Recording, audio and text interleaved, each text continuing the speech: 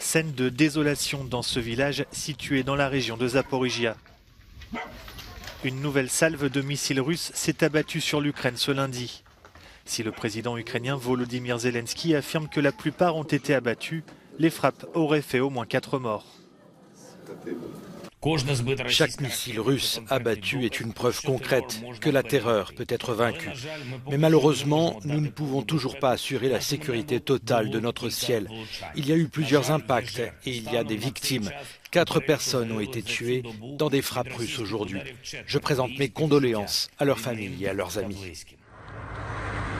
Les frappes russes visant les infrastructures énergétiques ont de nouveau plongé l'Ukraine dans le noir. 7 habitants de Lviv, dans l'ouest du pays, témoignent.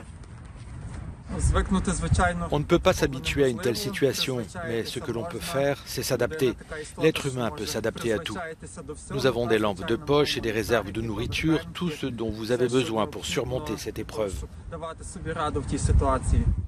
Moscou accuse de son côté Kiev d'avoir frappé 2 de ses bases aériennes près de Ryazan et Saratov.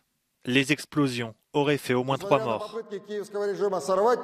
Malgré les tentatives du régime de Kiev de perturber le fonctionnement de l'aviation russe de longue portée par un acte terroriste, aujourd'hui vers 15h heure de Moscou, nous avons utilisé des armes aériennes et maritimes de haute précision pour frapper différentes cibles militaires et énergétiques de l'Ukraine.